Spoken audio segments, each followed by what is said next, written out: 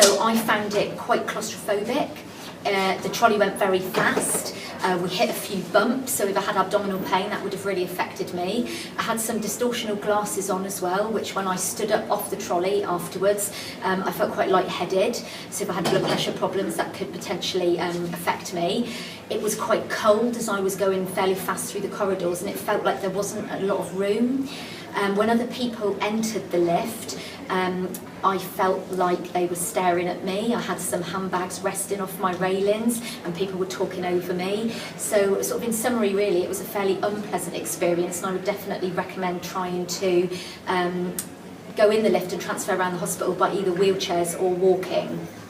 So I had two destinations. The first off, I went to the CT scanner, and what was really clear there was when the trolley spun around to go into the scanner door, kind of felt a bit sick. So definitely something around if you do feel a bit car sick when you're on the trolley and how they spin you around. So that was the first experience. The second one, I was on my way to Shipley ward, and going in the lift with both of the matrons that were pushing me, you feel a bit vulnerable when there are people kind of around your trolley when you're in the lift. And I can imagine if I was a real patient feeling not very well, going into a confined space with people kind of almost looking at you, so you do feel quite vulnerable there, I think.